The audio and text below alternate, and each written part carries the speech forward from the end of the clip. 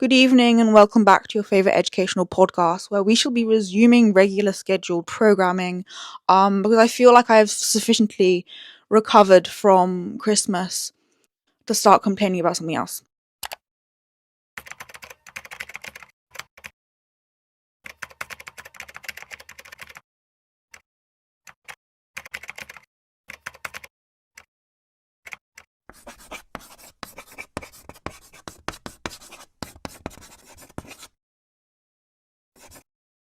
New year, new me, new podcast segment, insert jingle.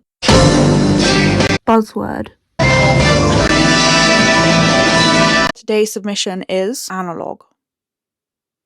Apparently, in 2026, everyone has quit social media. Being offline is the current coolest thing to be. 2026 will be chronically offline. 2026 is the year of being chronically offline.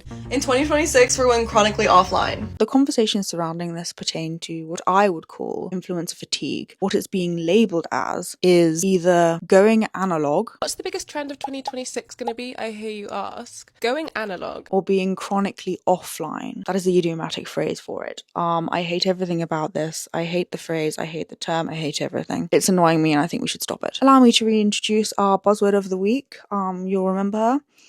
Analogue. The definition of analogue, I love a definition over here. Analogue, the adjective, because you have analogue, the noun. Also, the adjective in this case would be analogous, but that's something different and we're not talking about that today.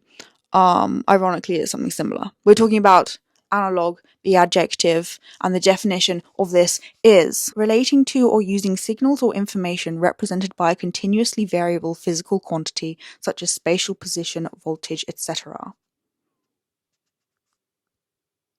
Okay. I thought it was important to define the term before we begin our discussion because it turns out no one knows what analogue means. How can I tell? The cool way of going analogue in 2026 is buying a flip phone, so you have no social media, and buying an iPod Shuffle or an iPod Nano, so you can't be distracted by social media when you want to listen to music. Is what I understand. Which, okay, yes, I agree. The use of a flip phone and a iPod Nano would probably stop you from using social media because they don't have the apps. Flip phones and iPods are not analog. What I'm seeing on the World Wide Web is that people are interchanging the words analog and physical, and they do not mean the same thing. They are not interchangeable. They are not analogous, if you will. So box TVs are kind of making a comeback. Same with DVD players, CD players. The girls are eating up the physical media. This personally is why I believe that analog is just 2026 cool new word that everyone wants to use because we're not even using it properly. It's being used based on perceivably cool people using it, not on its actual definition. And as you know, on this channel, I have a problem with that. So I think we should stop that. As I am so chronically online, I actually understand what people mean by the term analog, despite it grammatically being incorrect. Being online is uncool. Being offline is cool. TikTok doom scrolling, Instagram ads, Spotify and Netflix subscriptions are out. Flip phones, iPods, journaling, reading, hobbies, human connection are in.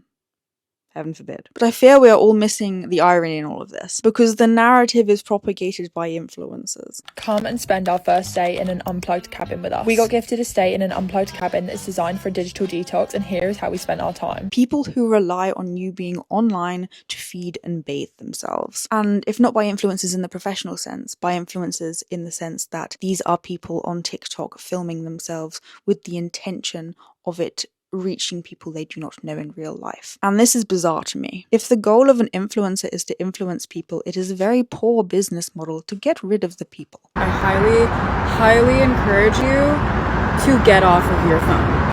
Stop consuming content. Stop consuming people's lives through a screen. So you may wonder why PR teams and social media managers aren't stepping in, intervening, redirecting their influencers' content. It is because this is in fact not a bad business model. Because being offline is just the new online trend. Flip phone content, or whatever you want to call it, dumb phone, I've also been seeing on the internet it being called, which in itself is just another internet term, because when these phones, these dumb phones, were actually being used back in 2004 or whatever, these phones were not dumb. Anyway, the reality is influencers are trying to sell you flip phones under the marketing scheme of it being offline analog. People are claiming that they are switching to dumb phones as they record in 4K and upload to TikTok. Just because you don't put the word aesthetic after it doesn't mean it isn't just another one of these chronically online aesthetic coreisms, or whatever you want to call them, whatever the academic term for them is. This is analog aesthetic, or analog core.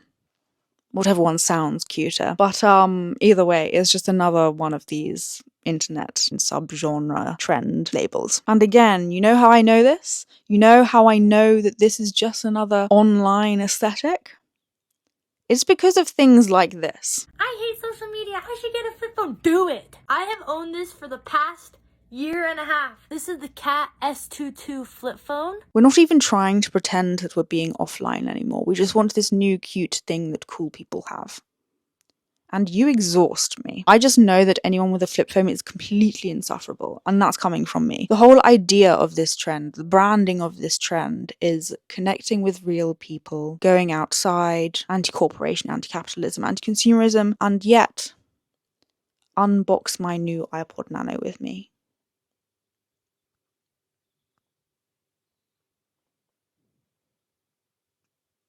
One of the titles underneath this trend, one of the reasons why people are wanting to be offline, is because they want to consume less. But at this point, consumerism is just another internet buzzword, because apparently there's good consumerism and bad consumerism. Good consumerism, flip phone; bad consumerism, labubu. But in reality, in a battle of the consumer, who has consumed more? Those who film TikToks on their iPhone about flip phones, or those who film TikToks on their iPhone? How to beat a chronically offline, analog, dumb phone, iPod Nano girly in an anti-capitalist, anti-consumerism competition. Ask her how many phones she has. Oh, your flip phone is so cute. How many phones do you have? I have one. I win. I think we all collectively agreed in 2025 that we have too much stuff. There's too much stuff everywhere. Consumerism is bad. No one needs more clothes. No one needs a 24-karat gold labubu. No one needs a Starbucks glass bear cup. Shein hauls are bad. Jellycat collections are bad. This is just all support for consumerism being another internet buzzword. Because what we are talking about here is less so consumerism and more so materialism. Because you can also consume non-physical goods, non-material goods, and it wouldn't fall under the same category by internet people, as defined by internet people. So for example, going to a festival is also consumerism technically, and yet on the internet, again, there is good consumerism and there is bad consumerism. Consuming an experience, going to a festival, is good consumerism. Labubus are bad consumerism. And why is this? Going to a festival is very analog, offline aesthetic. When you hear video essayists talking about consumerism, they are not talking about going to a festival. They're talking about labubus, right? Whilst yes, I agree, the labubu trend was also consumerism, maybe what we should be referring to it as is materialism. Because it is specifically stuff that we are talking about here, and accumulating it and using it to assert dominance in the social hierarchy, which is what materialism is. But it all gets a bit complicated because you're kind of overlapping the Marx definition of consumption in economic terms with the colloquial definition of consumerism in cultural terms. And no one knows what anyone means because they're all using the terms wrong. The point I was getting round to making was, in 2025, we all agreed there was too much stuff, right? Wrong. I really believe that physical media, so CDs, magazines, newsletters, are going to have a massive resurgence because people are tired of not owning anything anymore. I bought the all of the seasons of Gilmore Girls. Apparently we don't own anything anymore. What I've gathered is that this is in reference again to physical media analog, and the idea that purchasing a digital copy of something doesn't mean you actually own that thing, but rather have a license to use it. This is what I found. Which, okay, yes, I agree. But hang on, wasn't that what the problem was? Really, I don't actually understand. I literally have notes here that I'm trying to use to explain it to myself, and genuinely I don't get it, because what I understand we are complaining about is that watching Gilmore Girls on Netflix is bad because we don't own the rights to Gilmore Girls, but owning Gilmore Girls on box set is good. I literally don't understand. Having Gilmore Girls on DVD does not give you the rights to Gilmore Girls. Hang on. While Patchy pulls himself together, let's see how SpongeBob's party is shaping up. Okay, so no, I think the idea of the argument here is that Netflix can take away Gilmore Girls whenever they like, whereas Netflix can't take away Gilmore Girls if you have a box set DVD of it. I'm going to have an aneurysm at this nonsense. I thought that the reason we hate Labubu's and Shein and the like is because we buy it, flash it, stash it, and then chuck it in landfill to get rid of it. Buy it, flash it, stash it, trash it, if you will. I thought of that myself. Nothing about a Labubu is digital. It's stuff. This is stuff that you own, which in 2025 was bad, but in 2026, owning stuff is good.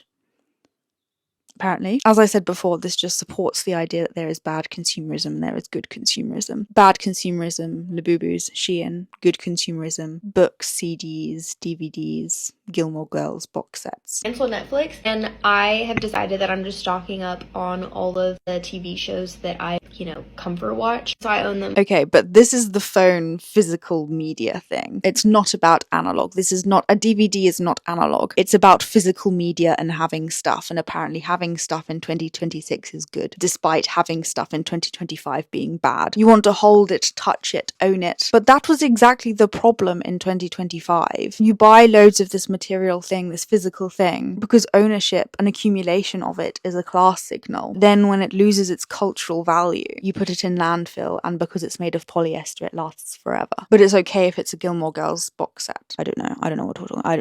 Let's stop it now. Stop it. Get a library card. Get a library card. But library cards aren't analog aesthetic. They're not analog core. Giving back a book is not cool. Books are the new class signal, so everyone has to own their books. Everyone has to show everyone what books they have. Buying a book to put on a shelf because it represents taste is just consumerism. I have a big book haul. I have about 20 new books here. Okay, I have a 40 book haul here. Commodifying the book and placing value on owning the book over reading the book, that's a frightening concept. This is the case because library books aren't cool. I don't see anyone saying go and get a library card. You know what? Here. Okay, I don't know how to show you, but I literally have my library card saved in my Apple Wallet. No stuff.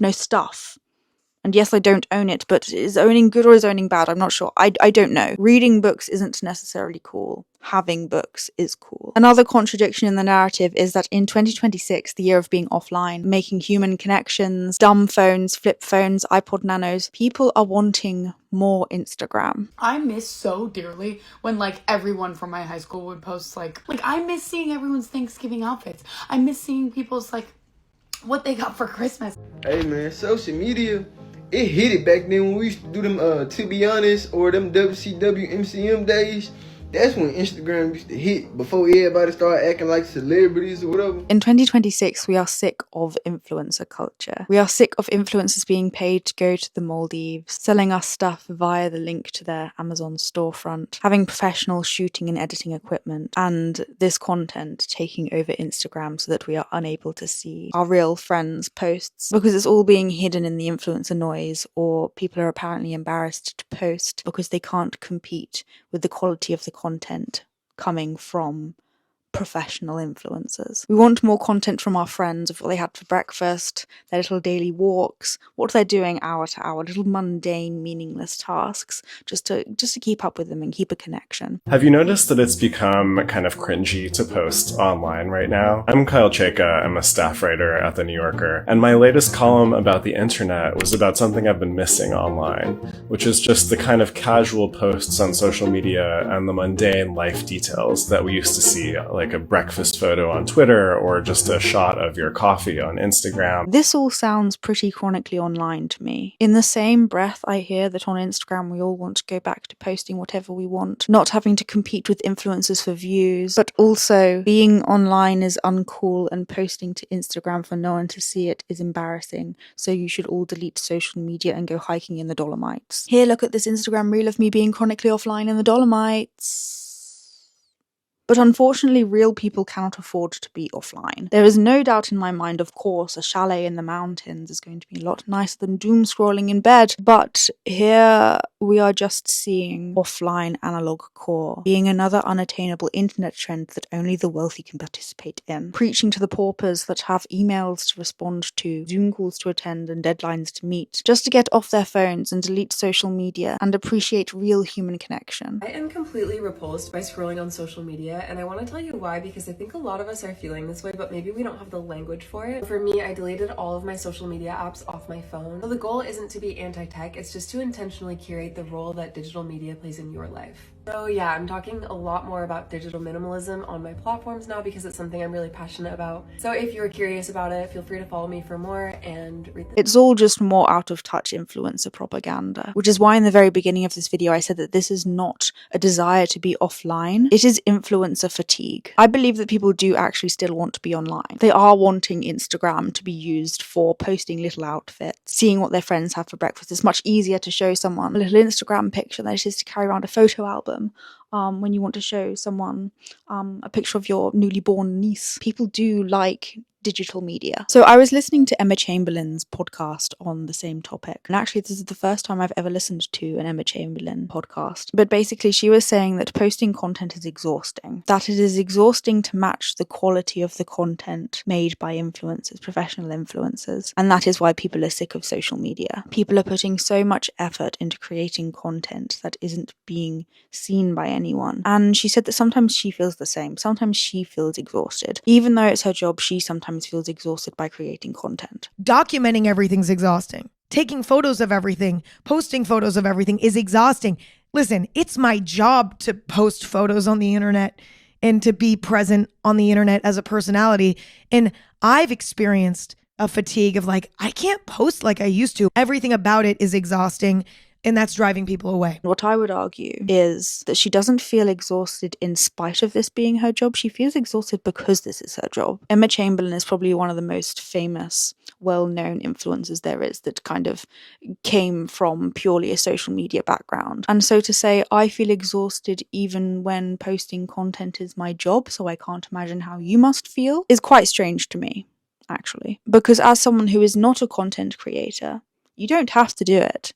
If you don't want to do it, you don't have to do it. Emma has to do it because it's her job, and that is why she is feeling exhausted, because she has to do it even if she doesn't enjoy it. Whereas someone who is not a content creator, not a professional content creator, does not have to do it. So if they feel exhausted, if they do not want to do it, they just don't do it. So I think the argument kind of falls through. Normal people are not sick of being exhausted by content creation. Normal people are exhausted because they can't see the content created by their friends and the people that they actually care about because it's being hidden algorithmically by influencer content. People whose job it is not social media post because they want to. If they post because they want to go viral for people who they don't know to see it, for brands, for some monetary incentive, then this is influencer mindset. This comes under influencer ideology. To me. So of course you get exhausted when you create something that no one watches because you're creating it for people to see. The success is based on how many people see it, right? Whereas you don't get exhausted posting content if the idea is not for as many people as possible to see it. You post because you created something and you like posting, you like creating. 2 views on a reel wouldn't be considered a failure if those 2 views on that reel are from people who you intend to see it. But the problem is, and the reason why people are saying that they hate social media is because those 2 views are not from the people who they want to see it anymore. Those 2 views are from 2 random people. Those 2 people that they wanted to see it are missing out on that content because it's being blocked by influencer ads, brand trips to the Maldives, podcast clips and stuff like that. The problem is not the 2 views necessarily. The problem is that the 2 views belong to random people and the people that they want to view it are not seeing it. Emma goes on to then say that the distaste that people have towards social media is because they don't feel like they should be giving out content for free when influencers are being paid to give it out. That influencers get paid for this content, so why should we give it out for free? Now that social media is so flooded by sort of influencer content that is lucrative for the poster, it's now seemingly sort of pointless for someone who doesn't want to be an influencer to post because they're like, why would I post for free? I wonder if some people are like, I'm not going to post for free. Why would I put effort into all this? And I'm not making any money from it. I don't think that's the reason why we want to get rid of social media at all. For the people who love social media, connecting, creating, they would do it for free. If Emma were to stop posting on social media because she's not getting paid for it anymore, I think this is more of a reflection of her not actually enjoying social media. So maybe she should look for another job if she is not feeling fulfilled. But I really don't think that the same thing is true for people who do not post in any professional capacity. I think that we don't like social media currently because we can't see what our friends are doing. It's nothing to do with money or views or likes. This concept as a whole, this influencer says you should go offline, feels very similar to billionaires saying you should give to charity. And I don't like that. Absolute pleasure to be here talking, chewing your ear off once again. And as I say, we are back to regular scheduled programming, so I will see you next week with another video. Do tell me your thoughts and feelings on whether you dislike social media, because honestly, I do not truly believe that it is that we dislike being online. What we dislike is influencers. And I think influencers are out of touch enough to not really recognize that, and they think that social media is the problem. I'm tired. Bye-bye. Oh. That's it, I'm not going.